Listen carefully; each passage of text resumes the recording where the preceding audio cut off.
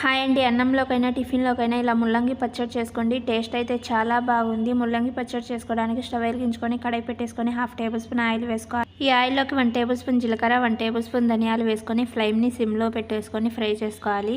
కారం తగ్గట్టు ఎండుమిర్చి వేసుకొని ఫ్రై చేసుకొని ఒక ప్లేట్‌లోకి తీసేసుకోవాలి. ఇప్పుడు అదే కడాయిలోకి 1 టేబుల్ స్పూన్ ఆయిల్ వేసుకొని కట్ చేసుకున్న ముల్లంగి ముక్కలు వేసుకోవాలి.